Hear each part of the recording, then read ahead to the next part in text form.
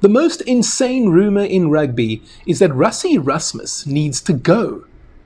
I could not believe my eyes. And in this episode, you are going to get a front row seat to why Rassie's critics were not just wrong, they were spectacularly, unbelievably wrong. To be very clear, I truly believe that the people saying Erasmus must go were nothing but a vocal minority. But it shows how fickle we can be as sports fans. When the team is winning, everyone loves them. One defeat, or two, and the knives are out. Why do we turn so quickly on our heroes?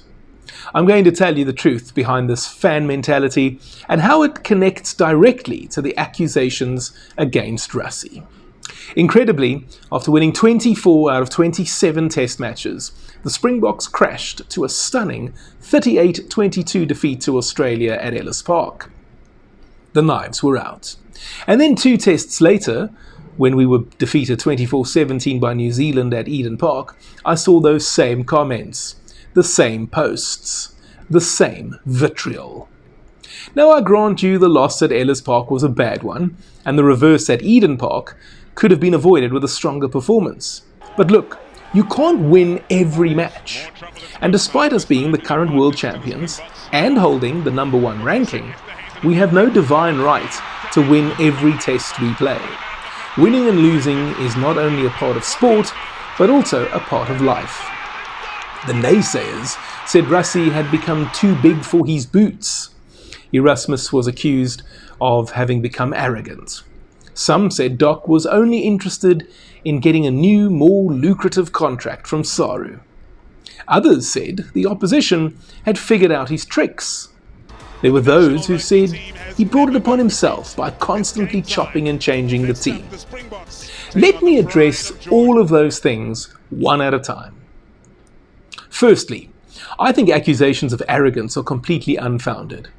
After both of those defeats, Dr Rassie Erasmus fronted up in his post-match press conferences and took the blame. He said both of those losses were his fault, as well as those of his coaching staff. Now, I would say that perhaps there might have been some complacency from some of the players. It is possible, maybe even likely. But then there were the accusations that he was only interested in a new, more lucrative contract from Saru. I also strongly disagree with that. When Doc came back to South Africa and took the Springbok job as Director of Rugby in 2018, he signed a 6-year contract. That was then renewed, and there has been talk of an extension to the 2031 Rugby World Cup. I have no problem with that. Our most successful coach ever has earned the right to have whatever contract he wants. Within reason, of course. And it's also a matter of job security, not just for Rassie, but for Saru too. We understand Rassie's loyalty and love for the Springboks and South Africa as a country. So as long as Saru is paying him a fair wage, he won't leave. Similarly, if his contract is not renewed, big dogs like England, Ireland, Australia, maybe even France, could come fishing in our waters. Would we want our beloved coach poached by one of those sharks?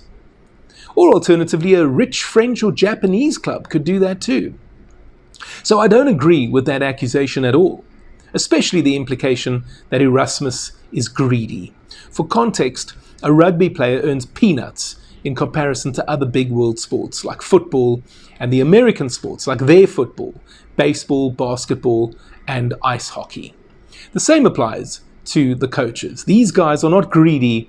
If anything, they are underpaid. And just to be clear, if we don't renew Rassie's contract, potentially he gets poached by one of those other guys, and then we have to find a replacement for him. And yes, the day will eventually come where we do need to replace Dr Rassie Erasmus. But I say for now, we keep him for as long as we possibly can. If he's at the helm for 20 years, so be it. Let's talk about the idea that the opposition had figured out his tricks. Rassie has an incredible amount of tricks in his magic box. Think of the bomb squad. Not just 6-2 but 7-1. The box kicks.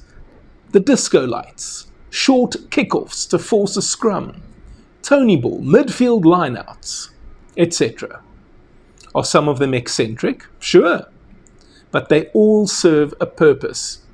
For one, our opponents are always guessing. Just when they think they've got him figured out, he does some other new or innovative or unexpected thing. Now yes, once Doc has shown his hand, the opponent can obviously prepare for it. We saw the All Blacks had clearly planned for us using the midfield line out in Auckland, for example. But a coach who has 26 wins in 30 tests is not a man who should be losing sleep over the opposition outsmarting him. And as long as Erasmus continues with the innovation, I believe he will remain one step ahead of the rest. And then Khaleesi! Again, that does not mean we will never lose, but it does mean we can expect consistently good results over a sustained period of time. Finally, let's address the idea that our defeats were because of him constantly chopping and changing the team. Now, yes, it is true that he has done that, but what one man calls chopping and changing, I call squad rotation. Both last year and this season, Doc has selected 50 plus players to don the famous green and gold jersey. We all know what Ox and Chair can do at Loosehead, so let's see how Gerard Steenekamp goes there. Okay, he's injured. Let's put Jan-Hendrik Wessels in the number 1 jersey. There's also Boan Venter. Let's see if he can deliver. Now, I'm not saying that it necessarily means all those guys are in the same league as Nche. After all, Ox is the best loosehead in the world. But it does mean that should Ox get injured, we will know exactly who should come in. Or, as is the current case with Steenekamp out injured, we can now get a clear indication of who the next guy is, and or should be. However, there are pros and cons to almost everything in life, and the negative here is that it disrupts continuity. And so with us building depth and trying to have 2 or even 3 capable players in every position, it means that guys are going to take longer to get used to what the coaches are asking of them. It also means that gelling is something that will take longer. And perhaps the biggest one of them all, trust. If I've played 30 tests with the man next to me, I know I can trust him. Great example is Damien Dialende and Jesse Creel. They hold the record for the most number of tests together as a Springbok centre pairing. And do you know who is second on that list? Damien Dialende and Lukhanyo Am. That is the kind of scenario Rassie is trying to get to. And ultimately, it just means we have to be patient.